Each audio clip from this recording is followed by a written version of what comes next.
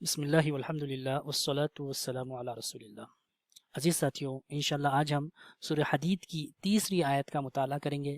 اس کی ترکیب، اعراب، اصلی حروف، ابواب اور مزید چند اہم معلومات پر روشنی ڈالیں گے۔ تو آئیے آپ کے سامنے تیسری آیت پیش ہے۔ اعوذ باللہ من الشیطان الرجیم، بسم اللہ الرحمن الرحیم۔ هو الاول والآخر والظاہر والباطن وهو بكل شيء علیم۔ سب سے پہلے اس کا لفظی ترجمہ دیکھیے۔ هو الاول، وہی اول ہے، والآخر اور وہی آخر ہے، والظاہر اور ظاہر ہے، والباطن اور باطن ہے، وہو بکل شیء اور وہ ہر چیز کو علیم جاننے والا ہے۔ اس کا مکمل ترجمہ دیکھیے۔ وہی پہلے ہے اور وہی پیچھے، وہی ظاہر ہے اور وہی مخفی، وہ ہر چیز کو بخوبی جاننے والا ہے۔ اس کا اس طرح سے ترجمہ کیا گیا، اور بعض دیگر مترجمین نے اس کا الگ بھی ترجمہ کیا ہے۔ آپ دیگر تمام مفسرین کے ترجموں کا ملاحظہ ان کی کتابوں میں کر سکتے ہیں۔ تو سب سے پہلے ہم اس کی ترکیب دیکھیں گے کہ اس آیت میں کے اجزاء کیا کیا ہے، اس میں ڈیفرنٹ پارٹس کیا کیا ہیں۔ تو آئیے شروع کرتے ہیں۔ سب سے پہلے ہوا، یہ مبتدا ہے، اور الخبر یہ اس کا پریڈیکیٹ ہے، یعنی مبتدا یعنی سبجیکٹ، اور خبر یعنی پریڈیکیٹ۔ ہوا مبتدا ہے اور خبر الاول ہے۔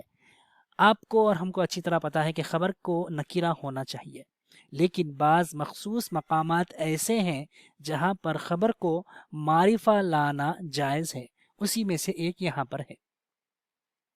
اب اس کی مزید تفصیل کیا کیا ہے، کن مواقع پر اس طرح لایا جاتا ہے، انشاءاللہ اس کو ہم آنے والے ویڈیوز میں اس چیز کو آپ کے سامنے پیش کریں گے۔ اور واو عاطفہ ہے، واو عاطفہ ہے جس کا انگریزی میں ترجمہ اینڈ اور اردو میں اور کے ذریعے کیا جاتا ہے۔ جیسے کہ ہم آپ کو بارہا بتا چکے ہیں کہ واو کے بعد معطوف ہوتا ہے اور واو سے پہلے معطوف علیہ، ٹھیک ہے۔ تو اب اس میں بہت سارے واو ایک ساتھ آ رہے ہیں، یہ تمام کے تمام واو عاطفہ ہے، یہ بھی واو عاطفہ ہے اور اس کے بعد معطوف ہے۔ تو اس آیت میں 3 معطوف ہے اور اس کا معطوف علیہ الاول ہے، یہ اس کا معطوف علیہ ہے۔ اس کے بعد پھر واو وہوا بکل شیء علیم، یہ بھی واو عاطفہ ہے۔ اس کے بعد ہوا مبتدا ہے، علیم خبر ہے، مبتدا اور خبر، سبجیکٹ اور پریڈیکیٹ۔ درمیان میں بکل جار مجرور اور کل شیء مضاف مضاف الیہ لایا گیا۔ یہ اس کی ایک عام ترکیب ہے۔ اب اس کے بعد ہم مزید تفصیل کے لیے اس کا اعراب الگ سے دیکھتے ہیں کہ اس کا اعراب کیا ہے۔ تو ہوا کا اعراب رفع ہے، رفع اسی لیے ہے کیونکہ یہ مبتدا ہے۔ الاول کا اعراب رفع ہے کیونکہ یہ خبر ہے۔ آخر کا اعراب رفع ہے کیونکہ یہ معطوف ہے۔ کس پر معطوف ہے؟ الاول پر معطوف ہے۔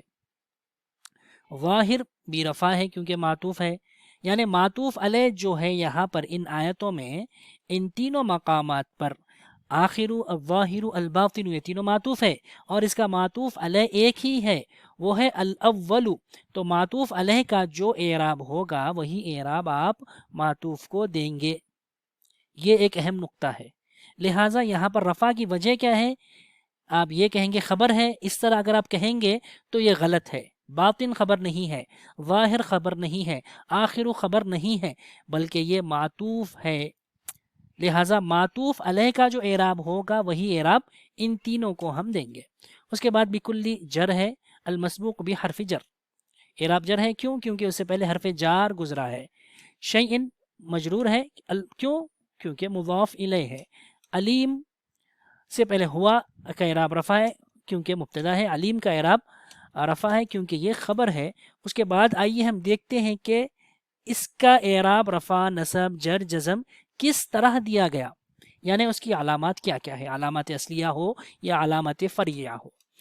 سب سے پہلے ہوا محلن مرفوع ہے۔ محلن مرفوع کا مطلب یہ ہے کہ آپ کو اس کا کوئی فی الوقت علامت اس کی نظر نہیں آئے گی۔ اولو کا اعراب رفع، علامت اس کی ضمہ ہے۔ آخرو کیسے دیا گیا؟ رفع ضمہ سے دیا گیا۔ ظاہرو اس کو بھی جو ہے ضمہ سے دیا گیا۔ الباطنو ضمہ، بکلی، کلی کو کسرہ سے دیا گیا، شیء کو کسرہ سے دیا گیا، یہ محلن مرفوع ہے۔ اور علیم کا اعراب رفع اور اس کی علامت ضمہ۔ آئیے اس کے اب ہم اصلی حروف دیکھتے ہیں. اول حمزہ واو لام، لہذا یہ محموز ہے. ایسا اصلی حروف جس میں حمزہ ہو تو وہ محموز کہلاتا ہے. اس کے بعد یہ بھی محموز ہے، یہ دونوں صحیح ہے. یہ مضاعف ہے، یعنی اگر ایک ہی حرف 2 مرتبہ ہو اس کے روٹ ورڈ میں تو اسے کہتے ہیں مضاعف. شیء یہ محموز ہے. علیم عین لام میم یہ اس کے روٹ ورڈ صحیح ہے. اس کے سلسلے میں ہمارے 2 ویڈیوز ہیں یوٹیوب پر ہمارے چینل پر کہ اصلی حروف کس طرح آئیڈینٹیفائی کرتے ہیں، اس کو آپ ضرور دیکھیں. اور دوسرا ویڈیو ہے جس میں ہم نے ہفت اقسام کو تفصیل سے سمجھایا ہے، مثال، اجوف، ناقص.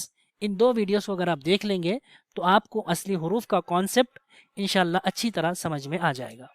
آئیے اب ہم دیکھتے ہیں کہ اس میں کیا فوائد ہیں اس آیت میں. تو فوائد کے سلسلے میں ہم آپ کے سامنے صحیح مسلم کی ایک حدیث پیش کرتے ہیں. تو سب سے پہلے آپ حدیث کو غور سے سنیے.